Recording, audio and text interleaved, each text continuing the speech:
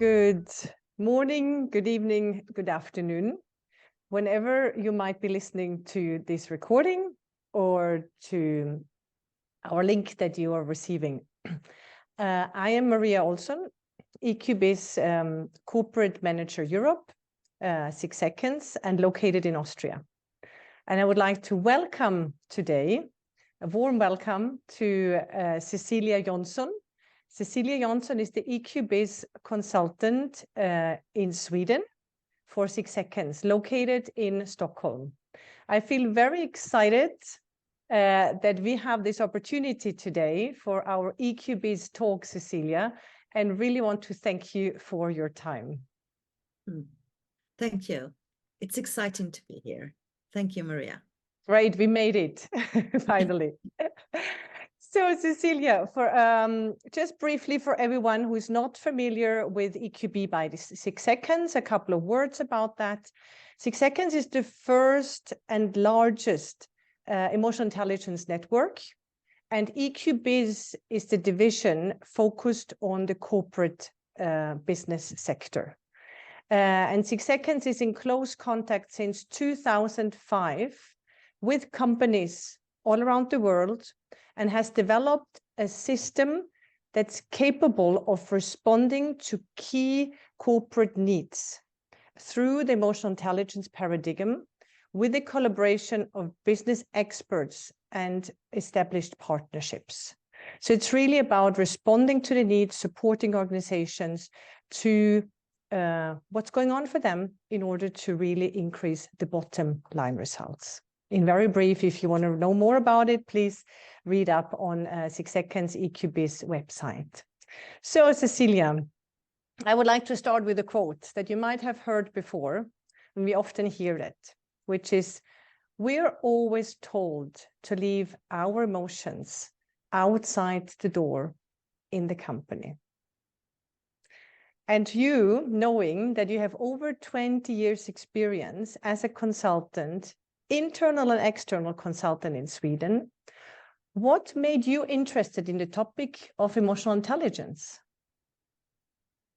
I think it started with myself and my skill of reading other people's emotional atmosphere in the room. And I wanted to understand, can I add this skill to my other skills when I work with people? So I think it started with my own curiosity about emotional intelligence. And after that, I wanted to be more smarter with emotions in my workplace, and started to explore and recognize the emotional dimension, I think. And I met a lot of managers and leaders that had a lack of emotional intelligence and saw their difficulties, their shortcomings and their misunderstanding of the employees and their colleagues. So that was a start for me, working and understanding the topic of EQ. Very interesting. Sounds like you really started with yourself. Yeah. And in Sweden, I think it's holding back emotions in the workplace is traditional, the culture in the companies in Sweden. But we are seeing there are coming changes, I think. And one good change is when I saw the Stockholm School of Economics announced a professor of well-being, welfare and happiness last October. So I think there are a shift of really valuing and appreciate emotions and feelings in the workplaces. Wow, what a big step. Yeah, that's a big step. That's a big step. Right. So, Cecilia, as you mentioned also the challenges of companies in Sweden, what would you say are the main challenges in Sweden that companies are facing these days, and how could EQ be the answer for them? Of course, there are many challenges. I think the economic period is a challenge in Sweden, but if we see a little bit in the long term, I think it is the managers and the leaders' capabilities and and the skills of leading other people. And maybe we are too much into evaluated hard skills instead of the soft skills, and to combine the soft and the hard skills. And EQ is one of the skill, not only the soft skill, it's the hard skill, because you need it to make good decisions. You need to lead, communicate, and make good decisions. And EQ is a part you can add on to be more precise in the hard and the soft skills, and combine the both. Looks like a very interesting dimension that you're bringing to Swedish companies. And Cecilia, as I know that you've just been working with a service organization using the brain profiles by 6 seconds, this brain profile tool. Let me explain briefly to the audience who might not know what the brain profile tool is. So the brain profile tool is one of the tools from our SAY, 6 seconds emotional intelligence assessment. And the brain profiles give us a snapshot of our current brain preference, brain style, and how we are using cognitive data and emotional data for optimal insights. So coming back to your project, what was the project about? The project was about a team.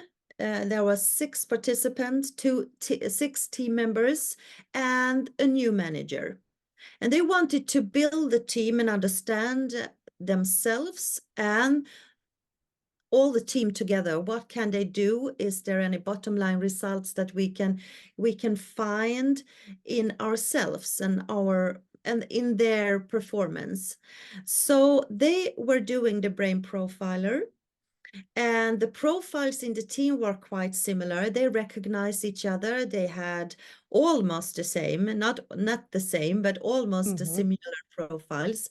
But the new manager, had different results, had a different profile.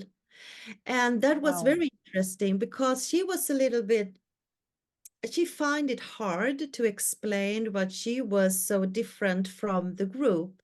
But when she was open and confident in present or introduced them to her profile, they helped her to understand it. They gave her feedback. They could understand situations where her profile was more